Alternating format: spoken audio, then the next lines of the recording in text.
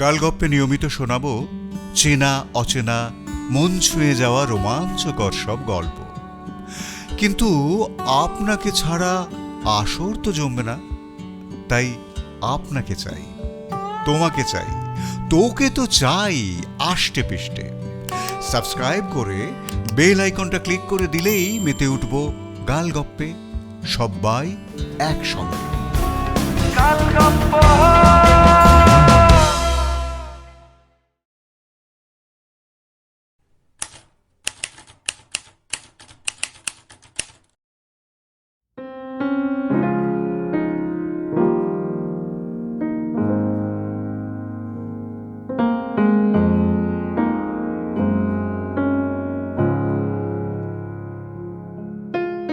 গালগপ্পে এখনকার গপ্প সন্ধিক্ষণে। রচনা অভিষেক টিটো চৌধুরী। আবহ ও সম্পাদনা সঞ্জয় চট্টোপাধ্যায়। শব্দগ্রহণ অপু আইচ। সামগ্রিক পরিকল্পনায় আমি দীপঙ্কর। গল্পটি স্মেল অফ বুকস প্রকাশনের বিষাক্ত মানুষ গল্প সংকলন থেকে নেওয়া হয়েছে। শুনছেন সন্ধিক্ষণে।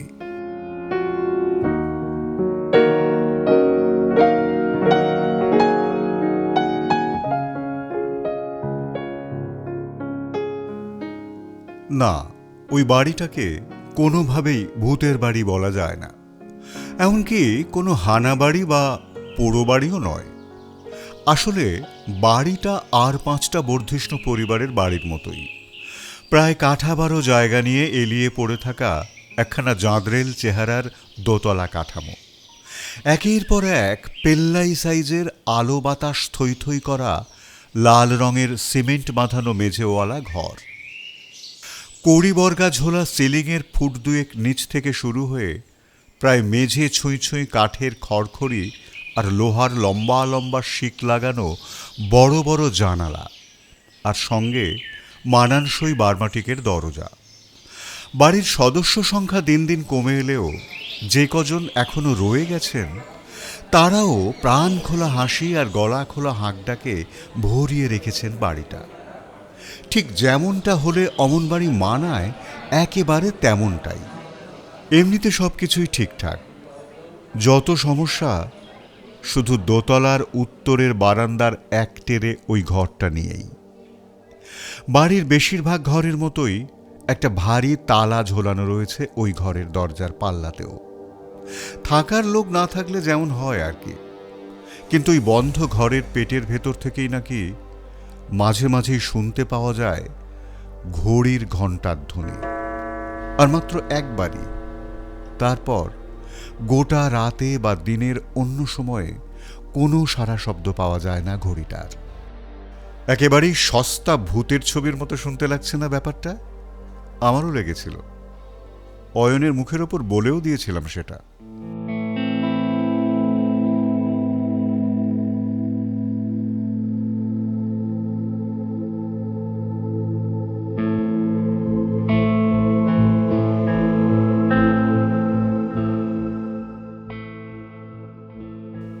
অয়ন আর আমি প্রায় একই সঙ্গে সেচ দপ্তরের চাকরিতে ঢুকেছি।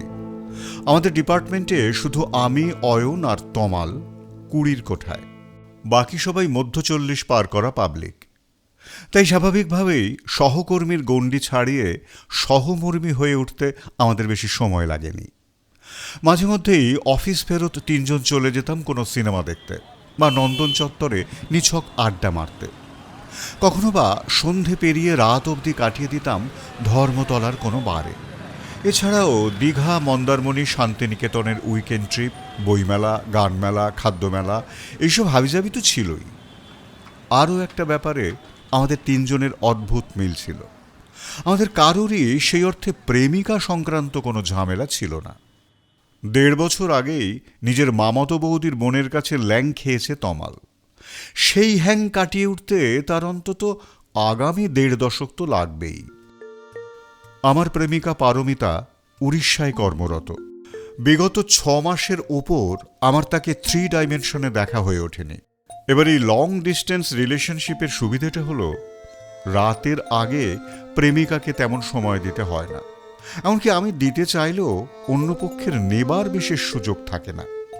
তাই কখনো কখনো অনুশোচনাবশত একটু বেশি উদারতা দেখিয়ে ফেলে, আর সেই সুযোগটাই আমি পুরো মাত্রায় উপভোগ করছি। এবার অসুবিধার ব্যাপারটা না হয় আপাতত উজ্জ্বই থাক। এবারে আসি অয়নের কথায়। এমনিতে ছেলেটার সব ভালো, কিন্তু মালটা বড্ড বুড়োটে। সব সময়ে কেমন একটা জ্যাঠামশাই জ্যাঠামশাই হাবভাব। তাই প্রেমের লাইনে এখনো বিশেষ সুবিধে করে উঠতে পারেনি। আপাতত বাপ মায়ের ভরসায় রয়েছে যে কবে তাঁরা একটা লাগসই পাত্রী দেখে ওর বিয়েটা লাগিয়ে দেবেন।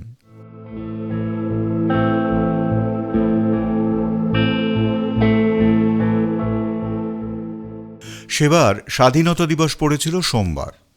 সঙ্গে রবিবারটা জুড়ে নিলেই দিন দুয়েকের একটা হলিডে ট্রিপ প্ল্যান করা যেতেই পারে। কিন্তু যাবোটা কোথায়? নতুন কোনো একটা জায়গার খোঁজ পড়তেই অয়নই প্রস্তাব দিল বিজলপুকুরে ওদের পৈতৃক গ্রামের বাড়ি থেকে ঘুরে আসার। অয়ন নিজের বাবা মায়ের সঙ্গে যাদবপুরে থাকে। অয়নের বাবা সিটি কলেজে পড়ার সময় থেকেই কলকাতার বাসিন্দা। অয়নেরও বেশ কয়েক বছর হলো দেশের বাড়ি যাওয়া হয়নি। এর আগেও অয়ন বহুবার ওদের দেশের বাড়ি ঘুরতে যাওয়ার কথা বলেছিল, কিন্তু ওই হচ্ছে হবে করে আর হয়ে ওঠেনি। তাই এবার আর না করলাম না। সত্যি বলতে কি, সেবার গরমটাও পড়েছিল চুটিয়ে। ট্রেন বাস ঠেঙিয়ে খুব বেশি ঘোরাঘুরির মুডে আমরা কেউই ছিলাম না। আর তাছাড়া মায়ের শরীরটাও ভালো নেই, একটা টিউমার ধরা পড়েছে, সেই নিয়েও দৌড়োদৌড়ি চলছে। তাই মন চাইছিল একটা নিটোল ছুটির নিখাদ বিশ্রাম।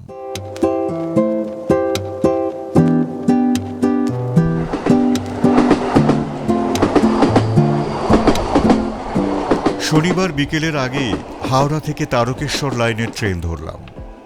2.5 ঘন্টার ট্রেন জার্নি, আর ভ্যান রিকশায় মিনিট 20। সন্ধে পেরিয়ে অয়নদের দেশের বাড়ির চৌহদ্দিতে এসে উঠতেই ওর 2 জ্যাঠা জেঠি যেন খাতির যত্নের বন্যা বইয়ে দিলেন। প্রথমে বেলের পানার গ্লাস, তারপর দার্জিলিং চায়ের কাপ। কুয়োর ঠান্ডা জলের বালতি টপকে যখন বেড়াল টপকানোর অসাধ্য একখানা ভাতের থালার সামনে এসে পৌঁছলাম, ততক্ষণে খিদেটাও বেশ জন্ম নিয়ে চাগিয়ে উঠেছিল।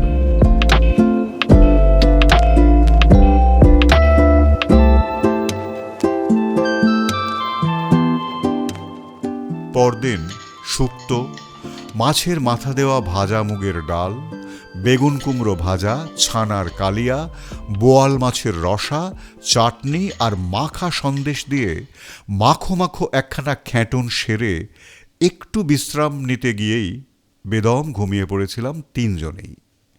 অমন ভরপেট গিলে কুটে আর ভোঁস ভোঁসিয়ে ঘুমিয়েই হয়তো বিকেলবেলা শরীরখানা কেমন ভারী ভারী ঠেকছিল 3 জনেরই। কোনো মতে বিকেলের চাটুকু গলায় ঢেলেই বেরিয়ে পড়েছিলাম আশপাশটা একটু ঘুরে দেখতে। সত্যি কথা বলতে কি, একটা 150 বছরের পুরনো শিব মন্দির, সেখান থেকে ঢিলছোঁড়া দূরত্বে নদী, আর এছাড়া মুঙ্গেরের কোনো জমিদারের কোনো কালে এই বাংলার প্রেমে পড়ে হাঁকিয়ে বসা একখানা বাগান বাড়ি, যেটা এখন স্থানীয় প্রশাসনের তরফ থেকে পিকনিক পার্টিদের ভাড়া দেওয়া হয়। এগুলো ছাড়া ঘুরে বিজলপুরে দেখার মতো বিশেষ কিছু ছিলও না। তাতে আমাদেরও তেমন আফসোস নেই। আমরা তো এসেছিলাম একটু হাত পা ছড়িয়ে বিশ্রাম করব বলে। এইসব জায়গায় ঢু মারতে 8 ঘন্টা থেকে 45 মিনিটের বেশি লাগার কথা নয়। আমাদেরও লাগলো না। তারপর বাড়ি ফিরে বের করা হলো ক্যারাম বোর্ড, সঙ্গে পেঁয়াজি, বেগুনি, মুড়ি সহ আর এক প্রস্থ চা পর্ব। হ্যাঁ, ঠিক এমন একটা আমোদে ভরা ছুটিই তো চেয়েছিলাম আমরা। পুরো সন্ধেটাই যেন কেটে গেল পাখির ডানায় ভর করে। রাত্রে লুচি আর দেশি মুরগির কষা দিয়ে আর এক প্রস্থ ভুঁড়িভোজের পর 3 জনে মিলে গুছিয়ে আড্ডা দেওয়ার ইচ্ছে থাকলেও বারে বারে ঘুমে ঢুলে আসা চোখ নিয়ে সেটা আর হয়ে উঠল না। দোতলাতেই একটা ঘরে শোয়ার ব্যবস্থা হয়েছিল আমার আর তমালের, আর অয়নের নিচের তলায় নিজের জন্য বরাদ্দ ঘরে। বিছানায় শরীর এলিয়ে দিতেই ঘুম নেমে এলো জাঁকিয়ে।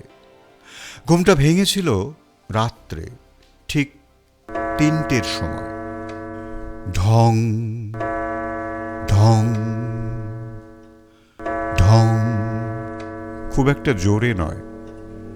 তাহলে হয়তো তেমন গা না করে আবার ঘুমিয়ে পড়তে তেমন অসুবিধে হতো না, কিন্তু আওয়াজটা ছিল চাপা আর তীক্ষ্ণ, যেন একটা ঝকঝকে ছুরির ফলা পরম যত্নে কোপ বসাচ্ছে এই নিস্তরঙ্গ জমাট বাঁধা রাতের গায়ে। আর প্রতিটা ঘন্টা পড়ার পর প্রায় সেকেন্ড 5 ধরে রয়ে যাচ্ছিল তার অনুরণন। ঘুম ভেঙে পাশ ফিরে তাকিয়ে দেখলাম তমালও হতভম্ব হয়ে উঠে বসেছে বিছানায়। 3টে বাজলো। যদিও তমালের এটা বলবার কোনো দরকার ছিল না। হ্যাঁ, তুই এমন উঠে বসে আছিস কেন? ঘুম ভেঙে গেল। সিগারেট খাবি? আপত্তি না করে বালিশের পাশ হাতড়ে সিগারেটের প্যাকেট আর লাইটার খুঁজে নিয়ে উঠে বসলাম। দুজনে দুখানা সিগারেট ধরিয়ে ফেলার ঠিক পরপরই কানে এলো বন্ধ দরজার ওপর মৃদু হাতে টোকা দেওয়ার আওয়াজ। কে? আমি অয়ন। তোরা জেগে আছিস? না না, ঘুমিয়ে ঘুমিয়ে উত্তর দিচ্ছি। এক মুখ ধোঁয়া ছেড়ে উত্তর দিল তমাল। দরজার পাল্লার ফাঁক দিয়ে গলে এলো অয়নের দাঁত বের করা মুখখানা। জানতাম তোদের ঘুম ভেঙে গেছে, তাই ভাবলাম। এমন বিটকিল ঘড়ির আওয়াজ শুনলে তো মরা মানুষও উঠে বসবে। তোরও তো ঘুম ভেঙে গেছে। না রে ভাই, আমি জেগেই ছিলাম। ওই আমাদের পরিচিত একটা ছেলে কিঞ্জল সরকারি চাকরির পরীক্ষা দিচ্ছে। বাড়ির অবস্থা সুবিধের নয়, অসুস্থ মা, তার কাটা বাবা, মাতাল দাদা। তাই এই বাড়িতেই আসে শান্তিতে একটু পড়াশোনা করতে। মাঝে মাঝে টুকটাক হেল্পও করে দিই ওকে। ও তো এখন আমার ঘরে বসে পড়াশোনা করছে, তাই আমার প্রকাণ্ড একটা হাই তুলতে গিয়ে নিজের কথাটা আর শেষ করা হয়নি অয়নের। ও, আর তাই আমাদেরও ঘুমের 12টা বাজাতে বেছে বেছে এই ঘরটাতেই শুতে দিলি? অয়নকে সিগারেট এগিয়ে দিয়ে বলেছিলাম আমি। কেন? ঘরটায় খারাপটা কি আছে? না না, এই ঘরটা খারাপ নয়। সমস্যা হলো পাশের ঘরের ওই ঘড়িটা। এমন বিটকিল ঘন্টাওয়ালা ঘড়িকে ঘরে রাখে রে? আমার কথাটা শুনেই যেন দপ করে নিভে গেল অয়ন। খানিক অন্যমনস্কভাবে সিগারেট ধরিয়ে জ্বলন্ত দেশলাই কাঠিটা অ্যাস্ট্রেতে গুঁজে দিতে দিতে বলেছিল, তোরা দুজনেই খুব লাকি রে, তাই এই ঘড়ির আওয়াজটা শুনতে পেলি। কি এই রাত দুপুরে ঘুমের 12টা বাজিয়ে মাজা কি হচ্ছে? কিছুটা ঝাঁঝিয়েই বললাম আমি। সিগারেটে লম্বা একটা টান দিয়ে কিছুক্ষণ আমার দিকে স্থির চোখে তাকিয়ে থেকেছিল অয়ন। সারাদিন তো এই বাড়িতেই আছিস, একটু মনে করে দেখ তো, এর আগে কখনো এই ঘন্টার আওয়াজ পেয়েছিস? তরতরিয়ে কিছু একটা উত্তর দিতে গিয়েও থমকে গেলাম আমি। সত্যি তো, সারাদিনের বেশিরভাগ সময়টাই তো এই বাড়িতেই রয়েছি, কিন্তু এই আওয়াজটা তো। জানি তোরা বিশ্বাস করবি না, তবুও বলছি, ওটা একটা বন্ধ পড়ে থাকা ঘড়ি। শুধু কখনো কখনো, একেবারে রেয়ার কেস বলতে পারিস, রাত 3টের ঠিক আগেই চলতে শুরু করে ওটা। তারপর 3টের ঘন্টা বাজিয়ে আবার থেমে যায় বহুদিনের জন্য। এ তো পুরো রামসে ব্রাদার্সের বইয়ের গল্প হয়ে গেল মায়েরি। তা কোনটা থেকে ঝাড়লি বলতো ভাইটি? আমার এই ঝাঁট জ্বালানো কথাতেও বিশেষ ভাবান্তর দেখা গেল না অয়নের মধ্যে। ওই ঘড়িটার বাজবে না, এবার নিশ্চিন্তে শুয়ে পড় তোরা। বলে ওঠার উপক্রম করতেই তমাল হাত টেনে ধরল অয়নের। দেখ ভাই, তুই যে কিছু একটা চেপে যাচ্ছিস তা কিন্তু আমি ভালোই বুঝতে পারছি। আর তাছাড়া এখন তো ঘুম আর আসবেও না, তার চেয়ে তোর ওই ঘড়ির গল্পই শুনি বরং। যতটা সম্ভব গলায় নিরাসক্ত ভাব ফুটিয়ে বলেছিলাম আমি। খুব একটা যে সফল হয়নি সেটা অয়নের ঠোঁটের বাঁকা হাসি দেখেই বুঝেছিলাম। তা হোক, এমন একটা অদ্ভুত ঘটনার মাঝপথে আমাদের বসিয়ে রেখে ওকে তো আর কেটে পড়তে দেওয়া যায় না। হ্যাঁ, গল্প হলে তো ভালোই হতো। আমি রসিয়ে রসিয়ে বলতাম, তোরাও হাঁ করে গিলতিস। তারপর 2 দিন বাদেই সবাই সব কিছু ভুলে যেতাম। দেখ, বেকার বেকার সাসপেন্স না বাড়িয়ে একটু গোড়া থেকে বলতো। অয়নের ওপর একরকম খেকিয়েই উঠেছিল তমাল। আর সত্যি বলতে কি, আমারও অয়নের ওই বেকার ভ্যানতারা পোষাচ্ছিল না। বুঝতেই পারছি মালটা গপ্প মারতে এসেছে, তাহলে সেটাই মার, তা নয়। লম্বা লম্বা দুটো টান দিয়ে সিগারেটটা শেষ করে টোকা মেরে খোলা জানলার বাইরে উড়িয়ে দিল অয়ন।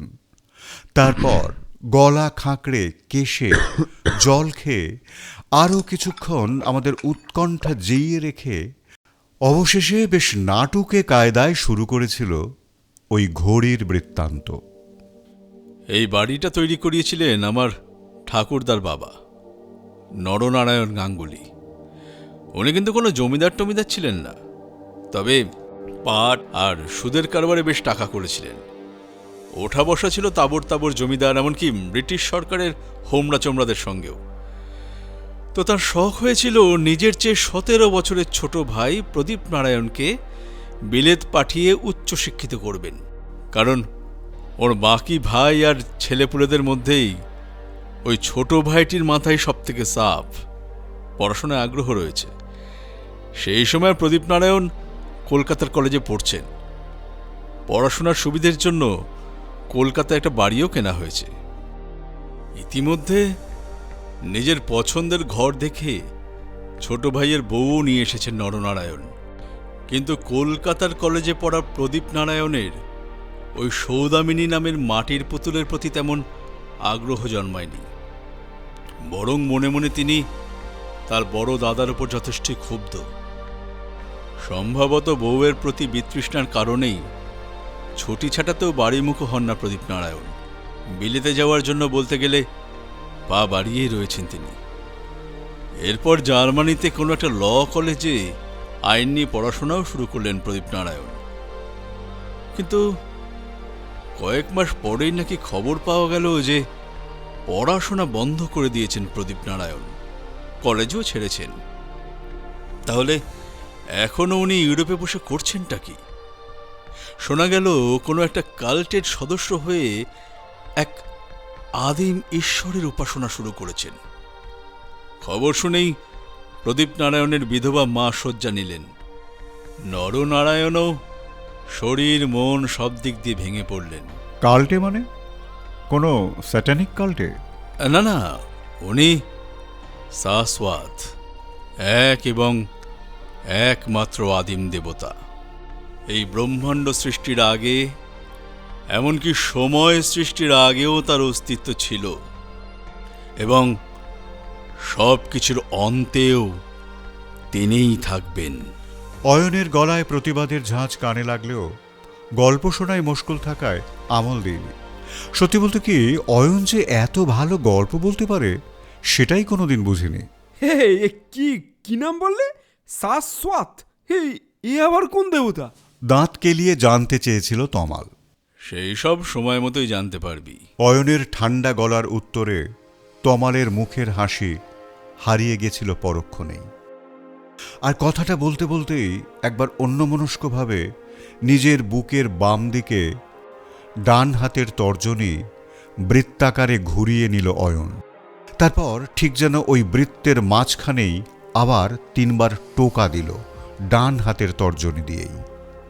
যদিও তখন অয়নের গল্পের মধ্যে এতটাই ইনভলভড হয়ে পড়েছিলাম যে পারিপার্শ্বিক কোনো কিছুই আর তেমন গুরুত্ব পাচ্ছিল না আমাদের কাছে।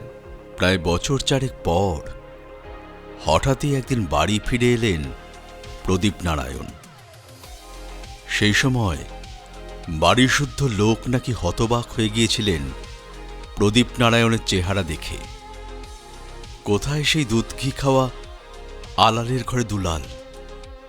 এই প্রদীপ নারায়ণের শরীর পোড়া কাঠের মতন, চোখের তলায় অমাবস্যার অন্ধকার, কিন্তু অদ্ভুত জলজলে দুটো চোখ আর তেজোদৃপ্ত চলন বলন। কথা খুবই কম বলতেন, কিন্তু যেটুকু বলতেন তাকে অগ্রাহ্য করা যেত না, এমনই চোরা আদেশের সুর থাকত সেখানে। ততদিনে ওর মা আগত হয়েছেন। নরনারায়ণও বয়স আর অসুস্থতার ভারে ধুঁকছেন। এই বাড়ি ভর্তি তখন অনেক লোক। প্রদীপ নারায়ণের দাদা, বৌদি, ভাইপো, ভাইঝি, তাদের কারোর কারোর বিয়ে বাচ্চাও হয়েছে। প্রদীপ নারায়ণ যে শেষ পর্যন্ত ফিরে এসেছেন সেই দেখেই স্বস্তি পেলেন সবাই। যদিও তাদের অস্বস্তির পালা শুরু হতেও বেশি দেরি হলো না। বাড়িতে ঢুকেই এই বারান্দার উত্তর দিকের এক টেরে ঘরটায় ডেরা বাঁধলেন প্রদীপ নারায়ণ। তারপর থেকে দিনের বেশিরভাগ সময় ওই ঘরে দরজা বন্ধ করেই কাটাতেন। কখনো একবেলা খেতেন, কখনো বা 2-3 দিন কিছু খেতেনই না। আর সবাইকে অবাক করে তিনি নিজের এইসব উদ্ভট কীর্তিকলাপের সঙ্গী বানিয়ে নিয়েছিলেন নিজের স্ত্রী সৌদামিনীকে। পরিবারের লোকজন শুরুর দিকে এতে অসুবিধের কিছু দেখতে পাননি। পুজো আচ্চা নিয়ে মেতে থাকা তো আর খারাপ কিছু নয়। তাছাড়া এতদিন বিদেশে থেকে হয়তো বউয়ের প্রতি টান জন্মেছে, সেই ভেবে হয়তো একটু আশ্বস্ত হয়েছিলেন তারা। কিন্তু তাদের সেই স্বস্তিটুকু কেড়ে নিয়েছিল মাঝে মাঝে প্রদীপ নারায়ণের ঘরের বন্ধ দরজার ওপার থেকে ভেসে আসা অদ্ভুত ভাষার মন্ত্র উচ্চারণ আর গুনগুন সুর। স্বাভাবিকভাবেই রীতিমতো দুশ্চিন্তায় পড়লেন বাড়িশুদ্ধ লোক। অবিলম্বে ছোটর আর একটা বিয়ে দিতে হবে, নইলে এই পাগলামি বন্ধ হবে না। এমনটাই সিদ্ধান্ত নিলেন বাড়ির বড়রা সবাই মিলে। তখনও কিন্তু এইসব গ্রামে গঞ্জে বহুবিবাহের চল ছিল, বিশেষ করে অর্থ আর প্রতিপত্তি সম্পন্ন পরিবারগুলোতে। তবে শেষ অবধি আর সেটা হয়ে উঠল না, কারণ ঠিক সেই সময়েই ঘটল ঘটনাটা। একদিন রাতে প্রথমবার ওই ঘড়ির ঘণ্টা বেজে উঠল ঠিক 3টের সময়ই। তোরা তো শুনেছিস, জানিস কি অদ্ভুত এই ঘণ্টার আওয়াজ।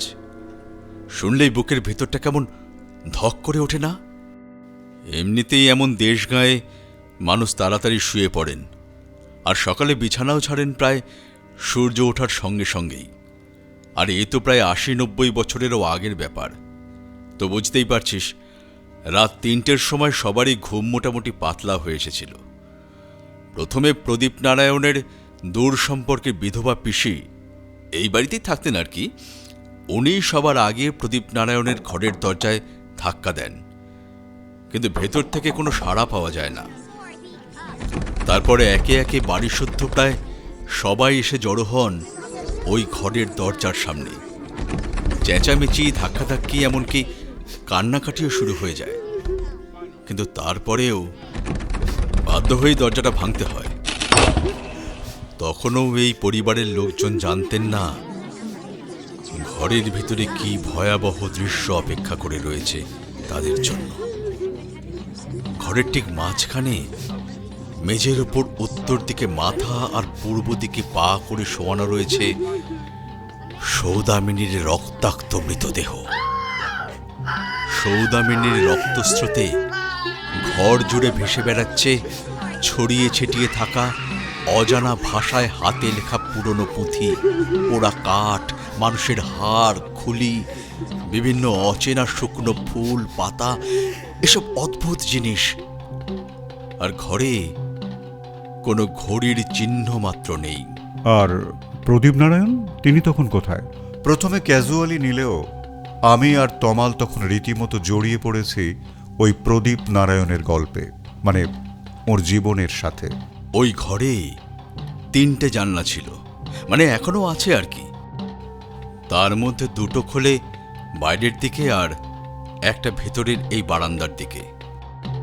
ওই বাইরের দিকের একটা জানলার 3-4টে শিক উপড়ে তুলে নাকি পালিয়ে গেছিল প্রদীপ নারায়ণ। যদিও বিষয়টা অতটা সহজ নয়, কারণ ওই মোটা মোটা শিক উপড়ে ফেলা প্রদীপ নারায়ণের মতন একজন মাঝারি কাঠামোর মানুষের পক্ষে একরকম অসম্ভব ব্যাপার। একটানা এতটা বলার পর একটু থামল অয়ন। পাশে রাখা বোতল থেকে একটু জল খেয়ে আর একটা সিগারেট ধরালো, বেশ সময় নিয়ে। হয়তো মেপে নিতে চাইছিল প্রদীপ নারায়ণের এই গল্পে আমরা কতটা ইনভলভড হয়ে পড়েছি। তারপর আচ্ছা, ওই ঘড়িটা কোথায় গেল? তমালের গলায় অধীর আগ্রহ। এর পরের ঘটনা আরো জটিল। বাড়ির সবাই ততক্ষণে বুঝে গেছে যে এই ঘরে একেবারে অলৌকিক, সাংঘাতিক, অশুভ কিছু ঘটে গেছে, বা এতদিন ধরেই হয়তো ঘটে এসেছে। খবর দেওয়া হলো আমাদের বাড়ির পুরোহিত তান্ত্রিক দুর্গাচরণ বাগচিকে। খবর পাওয়া মাত্র চলেও এসেছিলেন তিনি। ঘরে ঢোকার মুখেই থমকে দাঁড়িয়েছিলেন। বিড়বিড় করে কি সব মন্ত্রফন্ত্র পড়েই নাকি বুঝে ফেলেছিলেন গণ্ডগোলটা কোথায়। ওই ঘরে বসে বসেই কোনো এক অজানা অচেনা দেবতার আরাধনা নাকি করতেন প্রদীপ নারায়ণ। আর সেই দেবতা নাকি ব্যাপক শক্তিশালী, অসীম ক্ষমতা সম্পন্ন। আর ওই ঘড়ির আওয়াজের সঙ্গেই নাকি গভীর সম্পর্ক রয়েছে সেই দেবতার। ওই ঘণ্টার ধ্বনি শুনেই নাকি ওই ঘরে অবতীর্ণ হয়েছিলেন প্রদীপ নারায়ণের আরাধ্য দেবতা। বুঝতেই পারছিস, ওই সময় দাঁড়িয়ে এইসব শুনে ভরপুর চাপে পড়েছিল বাড়ির শুদ্ধ লোক। কোথাকার কোন দেবতা, কি তার মন্ত্র, কেমন তার পুজো। তখন দুর্গাচরণ কি সব পুজো আচ্চা করে ওই ঘর বন্ধ করে দিলেন। দরজায় একটা গাম্বাট সাইজের তালা ঝোলানো হলো। জানলাগুলো বন্ধ করে পাল্লার উপর একটা করে চওড়া মজবুত লোহার পাত আড়াআড়িভাবে পেরেক ঠুকে পাকাপাকিভাবে বন্ধ করে দেওয়া হলো। কিন্তু প্রদীপ নারায়ণের কোনো খোঁজ আর পাওয়া গেল না। মানে জল জ্যান্ত একটা লোক স্রেফ ওইভাবে হাওয়া হয়ে গেল? না, তা কেন হবে? এর প্রায় বছর চারেক বাদে একটা চিঠি এসেছিল এই বাড়িতে, দেরাদুন থেকে, প্রদীপ নারায়ণের লেখা। সে এক লম্বা চিঠি। সেই চিঠির মোদ্দা কথা ছিল, ইউরোপে থাকাকালীন কোনো এক অসীম ক্ষমতা সম্পন্ন আর পরম দয়ালু দেবতার আরাধনার দীক্ষা নিয়েছিলেন উনি। আর সেই দেবতার কাছেই সৌদামিনীকে উৎসর্গ করেছেন উনি। আর তার বদলে অয়নের কথা শেষ হওয়ার আগেই একটা ট্রেতে করে 3 কাপ চা নিয়ে ঘরে ঢুকে এলো রোগা পাতলা ফর্সাপানা একটা ছেলে। বয়সে আমাদের থেকে বছর 2-3 ছোটই হবে। কি রে কিঞ্জল, তুই কেন উঠে এলি? আমার ডাকলেই তো পারতি। আরে ঠিক আছে, তোমরা গল্প করছো, আমিও ভাবলাম একবার ঘুরে যাই, তোমার বন্ধুদের সঙ্গে আলাপটাও হয়ে যাবে। হ্যাঁ, ওই হচ্ছে কিঞ্জল। বলছিলাম না তোদের, খুব ভালো ছেলে, জান প্রাণ লাগিয়ে সরকারি চাকরির জন্য লড়ে যাচ্ছে। আমার বিশ্বাস পেয়েও যাবে খুব শিগগির। আর এরা আমার কলিগ, একরকম বন্ধুই বলা যায়। ও তমাল আর ও হলো কৃষ্ণেন্দু। আমাদের হাতে চায়ের কাপ ধরিয়ে দিতে দিতেই কিঞ্জলের সঙ্গে পরিচয় করিয়ে দিল অয়ন। কিন্তু এখন চা কে বানালো? অবাক হয়ে জিজ্ঞাসা করল তমাল। প্রশ্নটা যে আমার মনের মধ্যেও ঘাই মারছিল না তা নয়। কে আবার? বড় মা। আসলে বড় মার বরাবরই এমন ভোর রাতে উঠে পড়েন। কিঞ্জল রাত জেগে পড়াশোনা করে বলেই তখন 1 কাপ চা ওকে বানিয়ে দেন উনি। আজ বোধহয় এই ঘরে আলো জ্বলতে দেখেই নাকি তুই বলেছিস? না না, জ্যাঠাইমা আমায় চা দিতে এসেই দেখলো তুমি ঘরে নেই, তখন বললাম তুমি ওপরের ঘরে বন্ধুদের সঙ্গে গল্প করতে গেছো, তাই। ও, তাহলে তুই একটু বস না আমাদের সঙ্গে, একসাথে সবাই মিলে। ওকে, তোর চা কই? নিচে রেখে এসেছি, এবার ঠান্ডা হয়ে যাবে। তাছাড়া একটা ইম্পর্টেন্ট চ্যাপ্টার মাঝপথে। আচ্ছা আচ্ছা, বুঝেছি। বললাম না, পড়াশোনার ব্যাপারে ছেলে হেভি সিরিয়াস।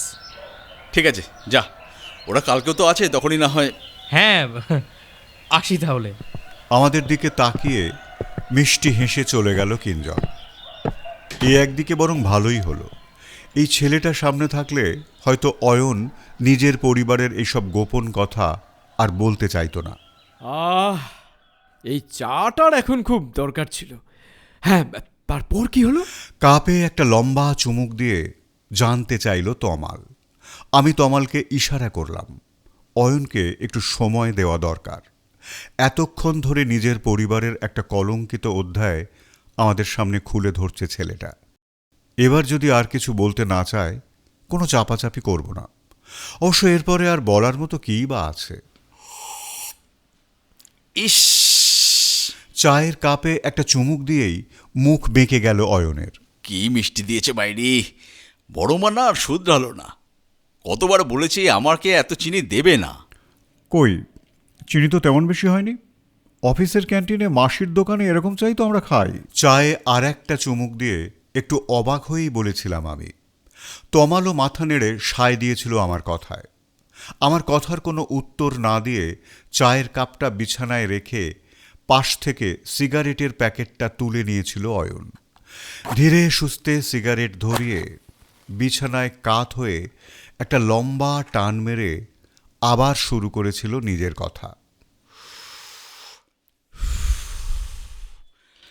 হ্যাঁ, তো যা বলছিলাম, নিজের আরাধ্য দেবতার কাছে সৌদামিনীকে উৎসর্গ করেই অমরত্বের আশীর্বাদ পেয়েছিলেন প্রদীপ নারায়ণ।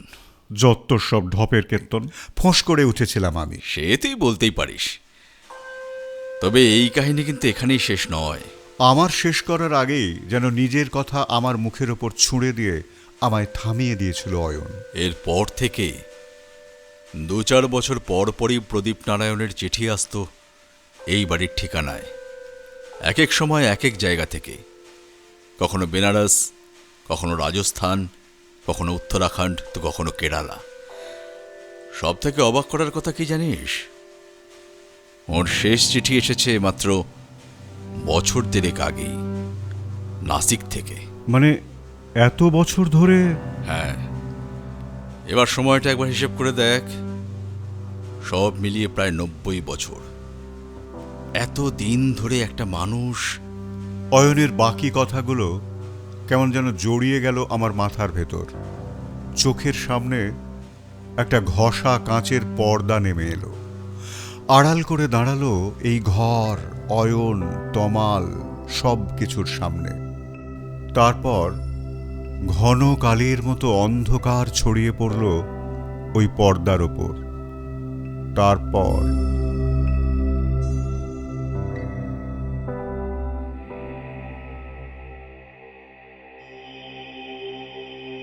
খুব সন্তর্পণে একটা অদ্ভুত সুর যেন কড়া নেড়ে চলেছিল মাথার ভেতরে। শরীর মন অবশ করে দেওয়া বিষণ্ণ একটা সুর, সাপের মতো মসৃণ গতিতে পাকে পাকে জড়িয়ে নিচ্ছিল আমার চেতনাকে।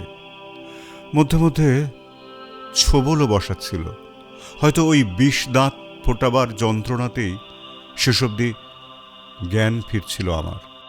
অতি কষ্টে পাথরের মতো ভারী চোখের পাতা দুটো ফাঁক করতেই নজরে এসেছিল তীরতিরিয়ে কাঁপতে থাকা অনেকগুলো আলোর বিন্দু, উঠছে নামছে সুরের তালে তালে। মাথাটা একটু পরিষ্কার হতেই বুঝলাম অনেকগুলো আলাদা আলাদা গলার আওয়াজ জড়াজড়ি করে রয়েছে ওই সুরে। চোখ দুটো কোনো মতে টেনে খুলতেই দেখতে পেলাম চারপাশে বেশ কয়েকটা ছায়া ছায়া অবয়ব, আর তাদের প্রত্যেকের হাতেই একটা করে প্রদীপ। সবার থেকে একটু এগিয়ে মাঝামাঝি বসে থাকা অবয়বটা যেন একটু চেনা চেনা। আরে এই তো আমার সামনে মেঝের ওপর পড়ে রয়েছে তমাল। ওকে দেখে ধড়মড়িয়ে উঠে বসতেই বুঝলাম আমার হাত পিছমোড়া করে বাঁধা, পা দুটোও তাই। খেয়াল করে দেখলাম তমালেরও ওই একই অবস্থা। কিন্তু অয়ন গেল কোথায়? আর আমাদের দুজনের চারপাশ ঘিরে থাকা এরাই বা কারা? এই উদ্ভট সুর আর অচেনা ভাষার গানটাই বা এরা গাইছে কেন? ততক্ষণে সবটা পরিষ্কার না হলেও বিষয়টা যে খুব একটা ভালো কিছু ঘটছে না সেটা বেশ বুঝতে পারছি। পায়ে পায়ে এগিয়ে আসা একটা অচেনা বিপদের আঁচ স্পষ্ট টের পাচ্ছি। কিন্তু এটা তো অয়নের বাড়ি। হ্যাঁ, ওদের দোতলার ঘরেই তো ঘুমিয়েছিলাম আমরা। একটা ঘড়ির আওয়াজে ঘুম ভেঙেছিল। তারপর অয়ন এলো ঘরে, আর গোঙানির আওয়াজ কানে যেতেই চোখ ফেরালাম তমালের দিকে। ওই তো ওর জ্ঞান ফিরছে। তমাল, এই তমাল। তমালকে ডাকতে গিয়েই টের পেলাম গলার ভেতরটা শিরিষ কাগজের মতো খসখসে শুকনো। ডাক ফুটল না, শুধু আমার গলার আওয়াজ শুনতে পেয়েই যেন কেঁপে উঠল তমালের চোখের পাতা। তারপর এক দুবার ব্যর্থ চেষ্টার পর চোখ মেলতে পারল তমাল। তমাল, তমাল, আমি কৃষ্ণেন্দু। প্রাণপণে গলায় যতটা সম্ভব জোর দিয়ে চেঁচিয়ে উঠেছিলাম আমি। বাকিদের থেকে সামনে এগিয়ে বসে থাকা অবয়ব হয়তো সেটা শুনতে পেয়েই হাত তুলে ইশারা করল আর এক অবয়বকে। সঙ্গে সঙ্গেই ওই ছায়ামূর্তি নিজের জায়গা ছেড়ে এগিয়ে এলো আমার দিকে। একসঙ্গে অতগুলো প্রদীপ জ্বলায় জায়গাটা কিছুটা কাজ চলার মতো আলো তখন পেয়েছে। আর ততক্ষণে আমার চোখও ওই আলো আঁধারির মধ্যে খানিক সয়ে এসেছে। তাই হাতে ধরা ঘটি থেকে আমার মুখে জল ঢেলে দেওয়া মানুষটিকে চিনতে আমার বিশেষ অসুবিধে হয়নি। অয়নের মেজ জেঠিমা। প্রথম ঢোক জল গিলতে গিয়েই জোর একটা বিষম খেলাম আমি। তারপর আস্তে আস্তে ধীরে কিছুটা জল গলা দিয়ে নামতেই জানতে চাইলাম, অয়ন, অয়ন কোথায় জেঠিমা? আমার কথার কোনো উত্তর না দিয়ে জেঠিমা ততক্ষণে ব্যস্ত হয়ে পড়েছেন তমালকে জল খাওয়াতে। অয়ন কোথায় ও জেঠিমা? অয়ন নয়, প্রদীপ নারায়ণ। শুনে চমকে উঠলেও গলার আওয়াজটা চিনতে এতটুকু ভুল হলো না আমার। এ তো নিঃসন্দেহে অয়নের গলা। ততক্ষণে সেই ছায়ামূর্তিও এগিয়ে এসেছে আমার সামনে। হ্যাঁ, অয়নই তো। সেই একই মুখ, এক চোখ, একই রকম শারীরিক কাঠামো। তবুও কোথাও যে কিছু একটা বড় বদল হয়ে গেছে সেটা আমার অবসন্ন দুর্বল মাথাতেও ধরা পড়েছে। সেদিন এই ঘরে আমার আরাধ্য দেবতা সারস্বতের কাছে সৌদামিনীর জীবন উৎসর্গ করে আমি শুধু অমরত্বই চাইনি, সঙ্গে চেয়ে নিয়েছিলাম অফুরন্ত যৌবন আর অটুট স্বাস্থ্য, যাতে কোনো রকম বাধা বিঘ্ন ছাড়াই এই পৃথিবীর অন্তিম লগ্ন অবধি আরাধনা করে যেতে পারি আমার আরাধ্য ঈশ্বরের। এটাই ছিল আমার এই তুচ্ছ জীবনকে পূর্ণতা দেওয়ার একমাত্র উপায়। আমাদের দেবতা সারস্বত আমার প্রার্থনা মঞ্জুর করেছেন। ভাবতে অবাক লাগে, সেই সময় অয়নের মুখে এই সব কথা শুনেও অবাক হতে পারিনি আমি। আসলে একের পর এক মানসিক ধাক্কায় তখন অবাক হওয়ার ক্ষমতাই হারিয়ে ফেলেছিলাম আমরা। আমি শুধু অয়নের এই অদ্ভুত অবাস্তব কথা শুনে একবার চোখ তুলে তাকিয়েছিলাম ওর মেজ জেঠিমার দিকে। তিনি ততক্ষণে তমালকে জল খাইয়ে আবার ফিরে গেছেন নিজের জায়গায়। জানি জানি তোরা কি কি ভাবছিস সবটাই বুঝতে পারছি। এই যে দেখছিস আমার আত্মীয় স্বজন, আমার বাড়ির লোক, যাদবপুরের বাড়ির মা বাবা, এদের কারোর সঙ্গে আমার কোনো রক্তের সম্পর্ক নেই। তবুও যেটা আছে সেটা যে কোনো রক্তের সম্পর্কের চেয়ে অনেক মহৎ, অনেক পবিত্র। আমরা সবাই সারস্বতের উপাসক। এরা প্রত্যেকেই সারস্বতের আশীর্বাদ ধন্য। এদের কেউ চেয়েছিলেন ক্ষমতা, কেউ চেয়েছিলেন অর্থ, আবার কেউ চেয়েছিলেন আরোগ্য, তো কেউ চেয়েছিলেন সুসন্তান। সারস্বত পরম করুণাময়, উনি কাউকে ফেরান না, এদেরও ফেরাননি। ওর আশীর্বাদেই আজ এরা প্রত্যেকেই নিজেদের জীবনকে সম্পূর্ণ করে তুলতে পেরেছেন। আর শুধু এরাই নন, গোটা পৃথিবীর আনাচে কানাচে, এই সমাজের বিভিন্ন স্তরে, প্রতিরক্ষা, প্রশাসন, রাজনীতি, শিল্প, সাহিত্য, সিনেমায়, খেলার মাঠে, সর্বত্র আজ আমরা সারস্বতের উপাসকেরা ছড়িয়ে পড়েছি প্রাচীন বটগাছের শিকড়ের মতো। প্রতিনিয়ত আমরা এগিয়ে চলেছি নিজেদের উদ্দেশ্য পূরণের দিকে। আজ থেকে প্রায় 90 বছর আগে অবিভক্ত ভারতবর্ষের বুকে সারস্বতের নাম, তার মাহাত্ম্য ছড়িয়ে দেওয়ার যে ব্রত নিয়ে আমি ফিরে এসেছিলাম, আজ তা অনেকাংশেই সফল। এত কিছু একসঙ্গে বলার পর হয়তো একটু হাঁপিয়ে গেছিল অয়ন। না, প্রদীপ নারায়ণ। অথবা বুঝে নিতে চাইছিল এই সব কিছু শোনার পর আমাদের প্রতিক্রিয়া। সত্যি বলতে কি, প্রতিক্রিয়া ব্যক্ত করার মতো অবস্থায় আমি অন্তত ছিলাম না। মাথার ভেতরটা আবার বেবাক ফাঁকা হয়ে রয়েছে, আর থেকে থেকেই একটা শিরশিরে অস্বস্তি যেন উঠে আসতে চাইছে আমার তলপেট বেয়ে। কিন্তু আমরা আমরা এখানে কেন অয়ন? তমালের মুখ থেকে বেরোনো কথাগুলো যেন সপাং করে আছড়ে পড়ল আমার চেতনায়। তাই তো, আমরা কেন? ওহো হো হো হো হো। তোরা বোধহয় আমার কথাগুলো পুরোটা মন দিয়ে শুনিসনি। অবশ্য তোদের দোষ দিয়েও লাভ নেই। এত অল্প সময়ে একসাথে এত কিছু। উৎসর্গ। মহান শাশ্বত তার ভক্তের ইচ্ছে অবশ্যই পূরণ করবেন, কিন্তু প্রতিদানে তো ভক্তেরও কিছু দায় থাকে না? শাশ্বতের চরণে নিজের আর্জি জানানোর সময় একটা মানব শরীর উৎসর্গ করতে হয় বন্ধু। আর গোটা পৃথিবীতে মাত্র হাতে গোনা কিছু মানুষেরই অধিকার রয়েছে শাশ্বতকে আহ্বান করার। আর হয়তো স্বয়ং শাশ্বতের আশীর্বাদে আমি প্রদীপ নারায়ণ গাঙ্গুলি সেই ক্ষমতা অর্জন করেছি। পেয়েছি তার চরণে তোদের মতো অকিঞ্চিৎকর মানব শরীর উৎসর্গ করার অধিকার। তুই নিজে হাতে আমাদের খুন করবি? কি বলছিস ভাই? এই আমরা না তোর বন্ধু? আর্তনাদ করে বলে উঠেছিল তমাল। এই শব্দটা যেন দ্বিতীয়বার না শুনি। চাপা গলায় গর্জে উঠল অয়ন, মানে প্রদীপ নারায়ণ।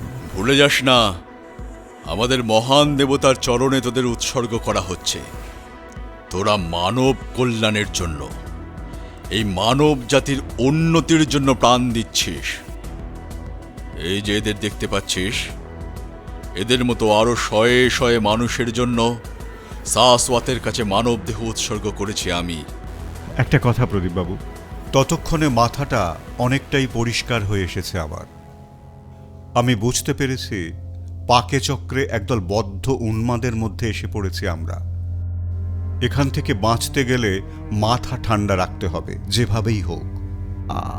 আমার একটা কথা ছিল। হ্যাঁ বল।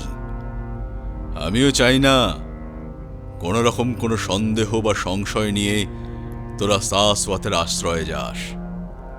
এই মুহূর্তে তোদের সমস্ত প্রশ্নের উত্তর দিতে আমি দায়বদ্ধ। বুঝতে পারলাম আমার প্রদীপবাবু ডাকটা শুনে বেশ খুশি হয়েছে উন্মাদটা। এই যে বলি, মানে উৎসর্গ আর কি, সেগুলো তো কারোর না কারোর ব্যক্তি স্বার্থ চরিতার্থ করতেই দেওয়া হচ্ছে।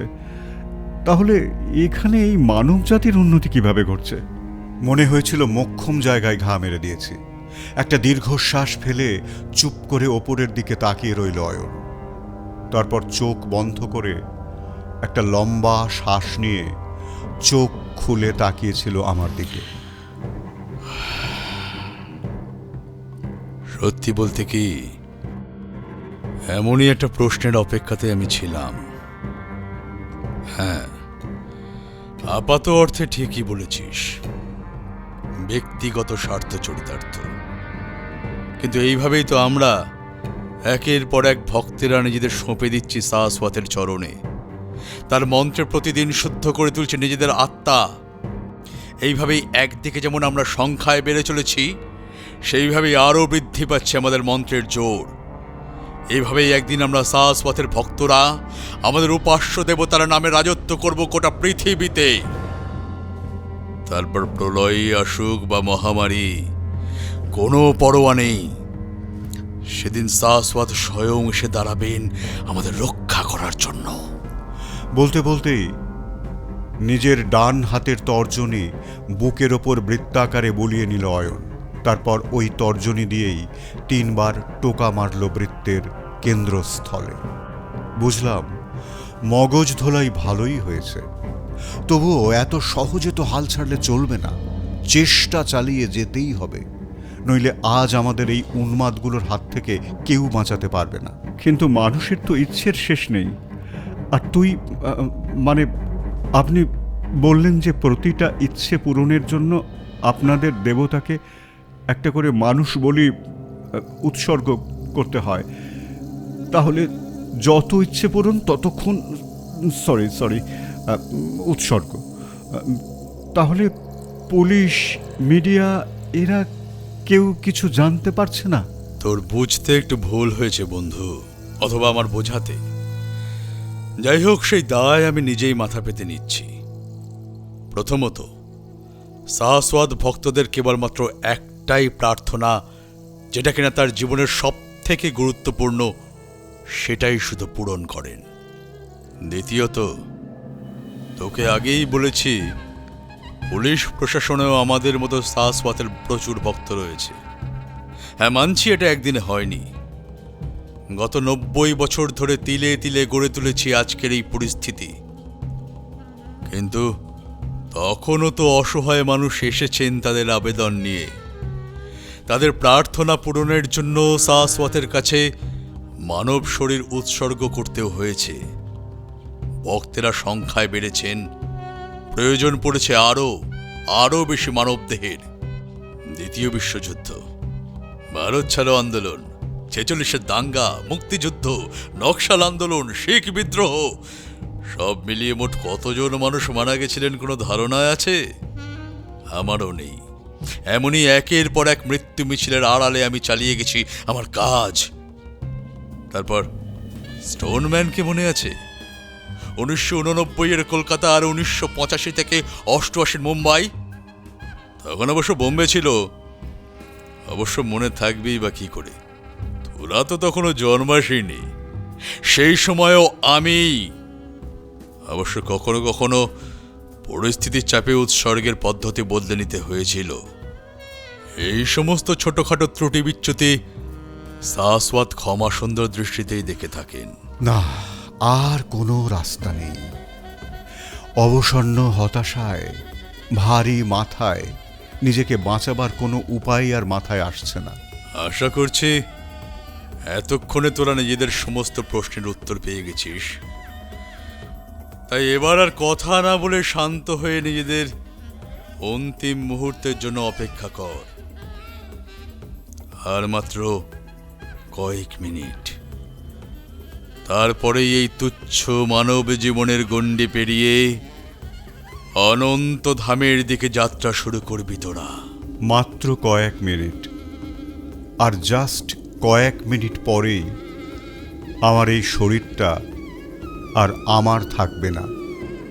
আমার বাড়ি, অসুস্থ মা, বৃদ্ধ বাবা, চাকরি, অফিস, পারমিতা, এই সব কিছু ছেড়ে এত তাড়াতাড়ি। আচ্ছা, ওরা কেউ কিছু জানতে পারবে? আমার এই মৃত্যুর খবর শেষ অবধি ওদের কাছে পৌঁছবে নাকি? না, আর কিছুই ভাবতে পারছিলাম না আমি। কান্না আসছিল বুক ফাটিয়ে, ইচ্ছে করছিল চিৎকার করে কাঁদতে, কিন্তু নিজের ইচ্ছের ওপর কোনো নিয়ন্ত্রণ ছিল না আমার। খুব খুব ক্লান্ত লাগছিল আমার। সব কিছু ভুলে শুধু চাইছিলাম এবার শেষ হোক সব কিছু, ঝড়ের গতিতে কেটে যাক এই কয়েকটা মিনিট। ওদিকে আবার সমবেত মন্ত্র উচ্চারণ শুরু হয়েছে। তবে এবার মন্ত্রপাঠের আওয়াজ আরও কয়েক পর্দা চড়া। কি নিষ্ঠুর এরা! নিজেদের খেয়াল খুশি চরিতার্থ করবার জন্য অন্যের প্রাণ কেড়ে নিতে এতটুকু দ্বিধা নেই এদের। এরা পাগল না ঠান্ডা মাথার খুনি।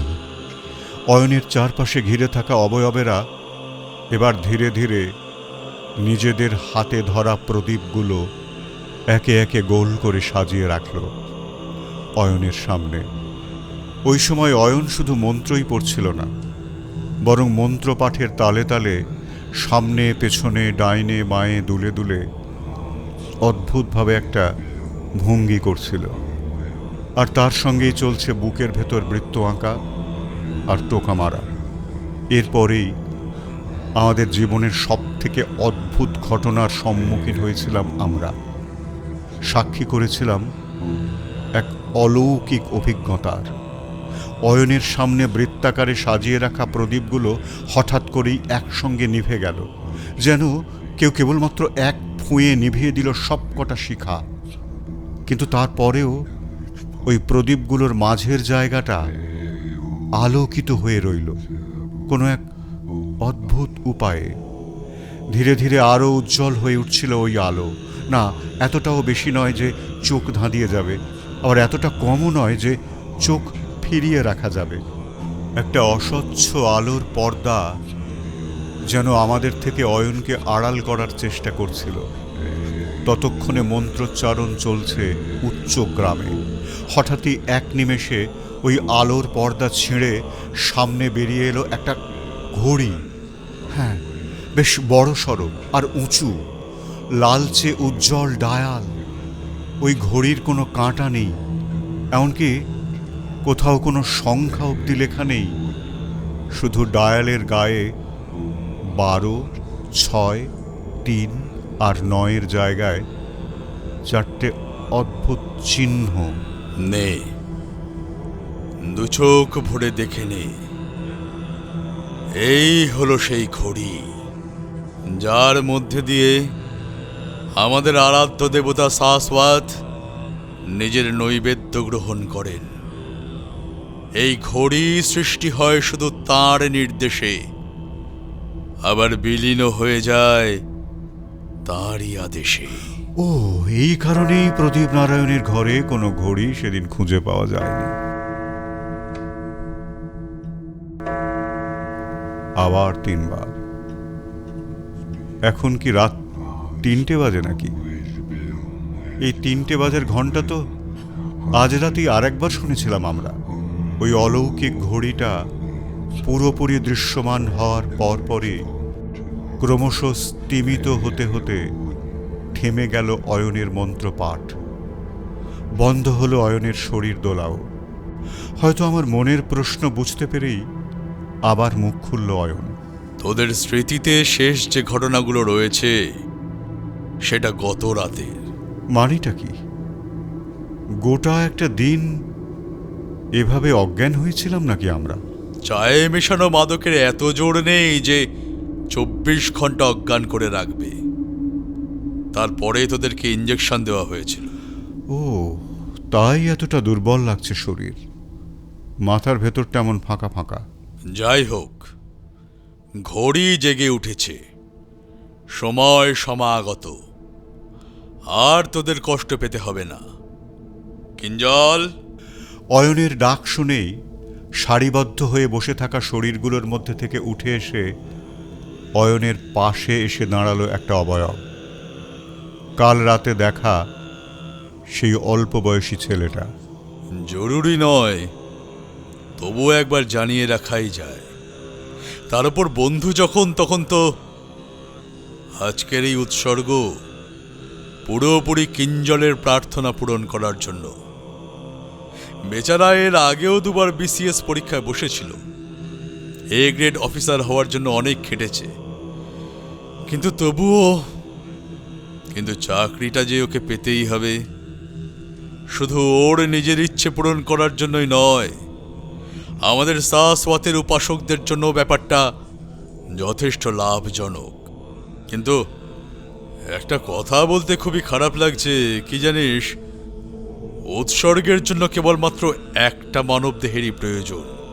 মানে তোদের মধ্যে একজনের জীবনী শুধু, কিন্তু উপায় নেই।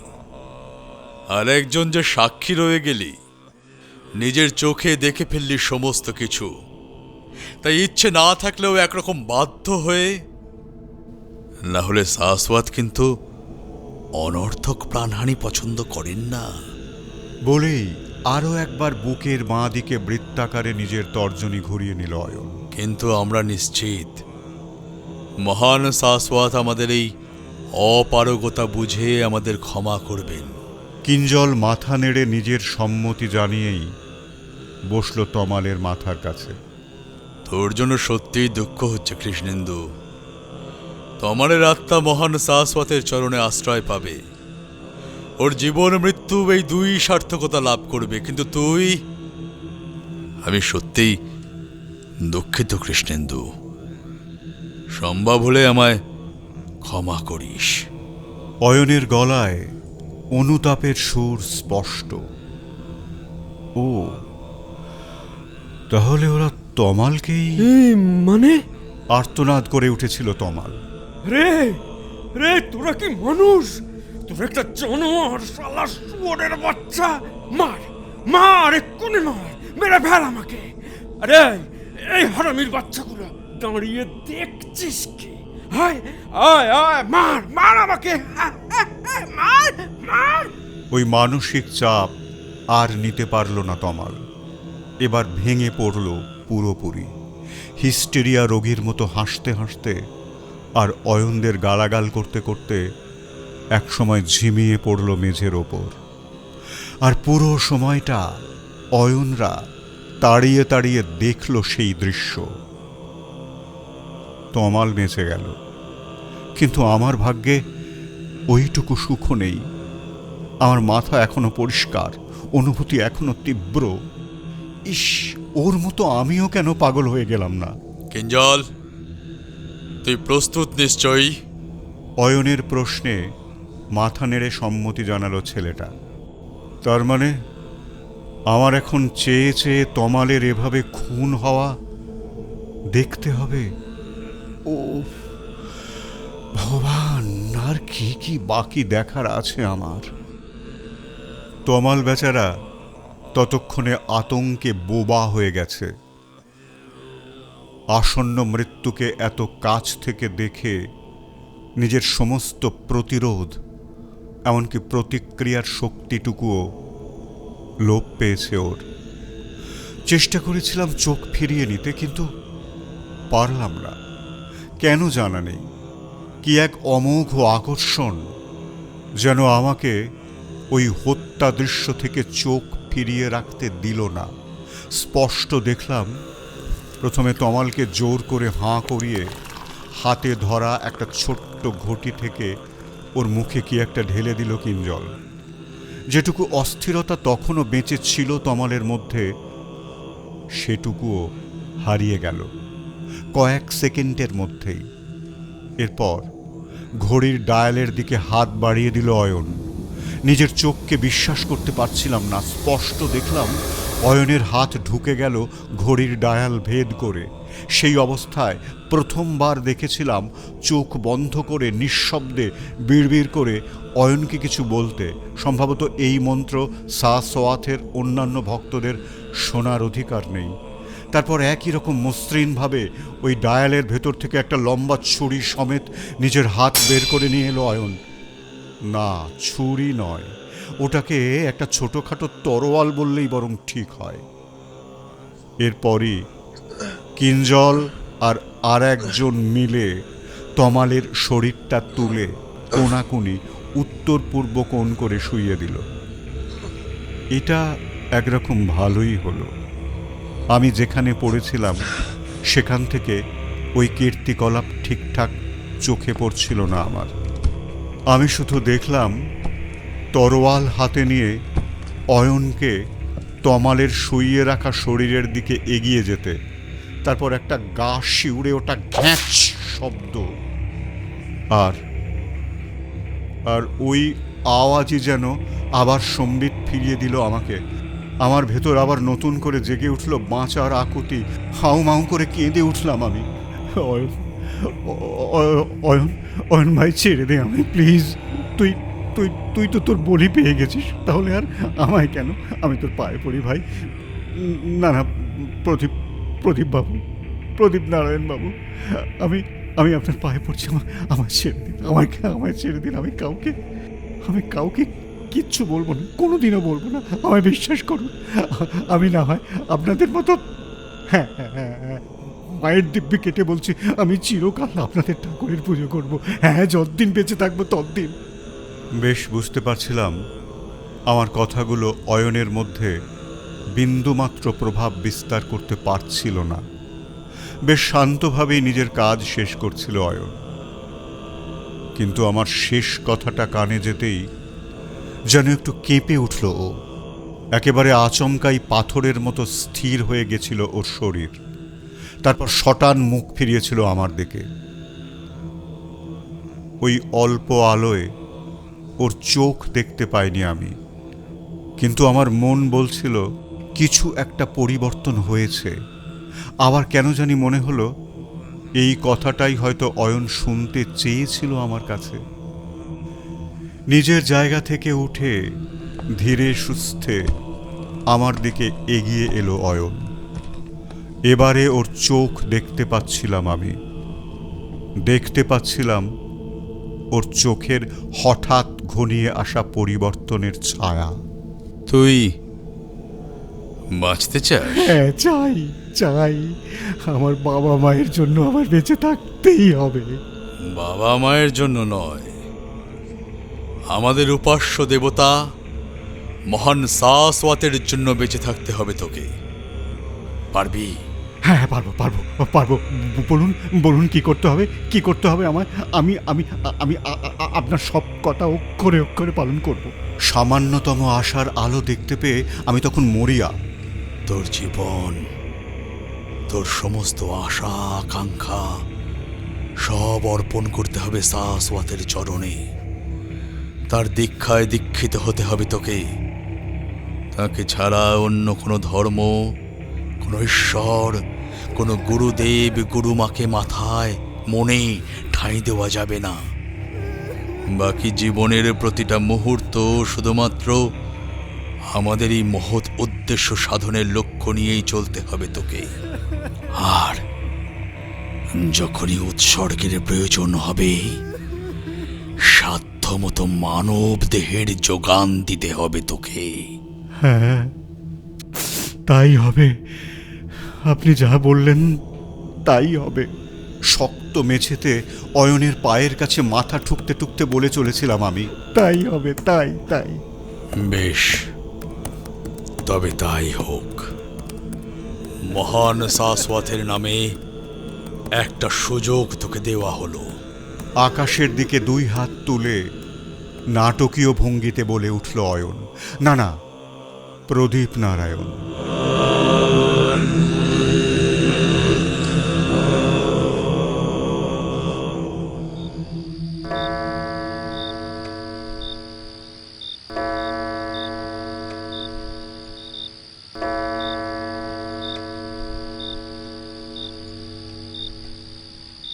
না, এখন আর চা খাবো না। বলে চায়ের কাপটা পাশে সরিয়ে রেখেছিলাম আমি। সে কি রে, তোর চায় অরুচি? গলায় খানিকটা ব্যঙ্গের ছোঁয়া নিয়ে বলেছিল তমাল। আরে, রাতে যে পরিমাণে খ্যাটন হলো, তারপর এই দুধ চা পেটে গেলে আর দেখতে হবে না। তুই খানা চুপচাপ, তোকে কে আটকাচ্ছে? গল্পটা শুনতে দে। বলতে বলতেই আর চোখে একবার তাকিয়েছিলাম অয়নের দিকে। দেখলাম স্থির চোখে আমার দিকেই তাকিয়ে রয়েছে ও। চোখের তারায় নির্ভেজাল সন্দেহের মেঘ। এবারেও ঠিক ওই 3টে ঘন্টার আওয়াজে ঘুম ভেঙেছিল আমাদের। তাহলে কি স্বপ্ন দেখছিলাম এতক্ষণ? ওই ঘর, ঘড়ি, প্রদীপ নারায়ণ, শাশ্বত সবই কি তাহলে? রাত 3টে বাজলো। সিগারেট খাবি? আগের বারেও এরকম কিছুই বলেছিল না তমাল? নাকি ওই সব কিছুই সত্যি ছিল, এইটা স্বপ্ন? এবারেও দরজার গায়ে হালকা টোকা দিয়ে ঘরে ঢুকে এসেছিল অয়ন। তোরা দুজনেই খুব লাকি রে, তাই এই ঘড়ির আওয়াজটা শুনতে পেলি। হ্যাঁ, ঠিক এই কথাগুলোই তো বলেছিল অয়ন। তারপর শুরু করেছিল প্রদীপ নারায়ণের কাহিনী। তাহলে ওই সব কিছুই সত্যি ছিল, আর এখন এটাও সত্যি, আর এর পরে যা যা ঘটবে সেটাও সত্যি। ও আচ্ছা, এটাই তাহলে আমায় দেওয়া সেই সুযোগ, আরও একবার ওই ফেলে আসা দিনে ফিরে যাওয়ার সুযোগ। কিন্তু কিন্তু সবই তো ঠিক ঠিক সেই একই রকম ঘটছে। তাহলে ওই তো আগের দিনের মতোই কিঞ্জল এবারেও চা নিয়ে এসেছে, ঠিক 3 কাপ। সেই একইভাবে চায়ের কাপে একবার ঠোঁট ঠেকিয়েই কাপ সরিয়ে রেখেছে অয়ন। কিন্তু তমাল তো চা খাচ্ছে, বেশ দাঁড়িয়ে দাঁড়িয়েই খাচ্ছে, আর গল্পটাও শুনে যাচ্ছে সেই মন দিয়েই। তাহলে কি ও কিছুই বুঝতে পারছে না? কিছুই কি মনে পড়ছে না ওর? ও, বুঝে গেছি, ও তো মরে গেছিল, আর সেই সঙ্গে মরে গেছে ওর ওই রাতের স্মৃতিও। কিন্তু আমি তো বেঁচেছিলাম, আর বেঁচেছিলাম বলেই পুরো স্মৃতি সমেত আরও একবার ফিরে আসতে পেরেছি। বুঝে গেছি, এবারে সমস্তটাই পরিষ্কার হয়েছে আমার। হে শাশ্বত, সত্যি তুমি সর্বশক্তিশালী, অগাধ তোমার ক্ষমতা আর অপার তোমার করুণা। আমাকে বাঁচাতে, বেঁচে থাকার আর একটা সুযোগ দিতেই আমার জীবনের এই চরম সন্ধিক্ষণে আবার ফিরিয়ে নিয়ে এলে আমায়, এনে ফেললে এক সমান্তরাল জীবনে। এই জীবন কোনোভাবেই আর বৃথা যেতে দেব না আমি। এবার তোমার আশ্রয়েই এই জীবনের সার্থকতা খুঁজে নেব আমি। আজ কিঞ্জল নয়, চাকরির পরীক্ষায় পাশ করার সুযোগ ও আরও পাবে, কিন্তু আমার মা, আজ তমালকে তোমার চরণে উৎসর্গ করে আমি সম্পূর্ণ সুস্থ করে তুলব আমার মাকে। কিন্তু অয়ন, অয়ন কি জানে আমার আবার ফিরে আসার কথা? না বোধ হয়। তাহলে আমার দিকে অমন সন্দেহের চোখে তাকিয়ে রয়েছে কেন? সমস্ত দ্বিধা দ্বন্দ্ব ঝেড়ে ফেলে অয়ন মানে প্রদীপ নারায়ণের চোখে চোখ রাখলাম আমি। তমালের নজর এড়িয়ে প্রথমে আমার ডান হাতের তর্জনী বুকের বাঁ দিকে বৃত্তাকারে ঘুরিয়ে নিলাম আমি। তারপর গুনে গুনে ঠিক 3 বার টোকা মারলাম ওই বৃত্তের কেন্দ্রস্থলে।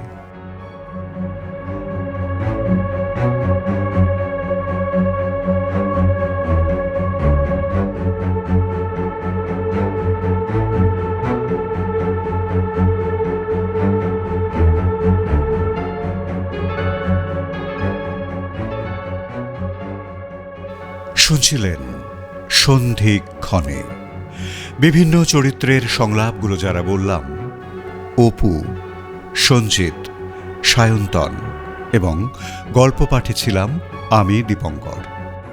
গালগপ্পে আবার দেখা হবে পরের গল্প নিয়ে। সবাই খুব ভালো থাকুন, সঙ্গে থাকুন। নমস্কার। ও হ্যাঁ, কেমন লাগছে সেটা জানাবেন কিন্তু। গালগপ্প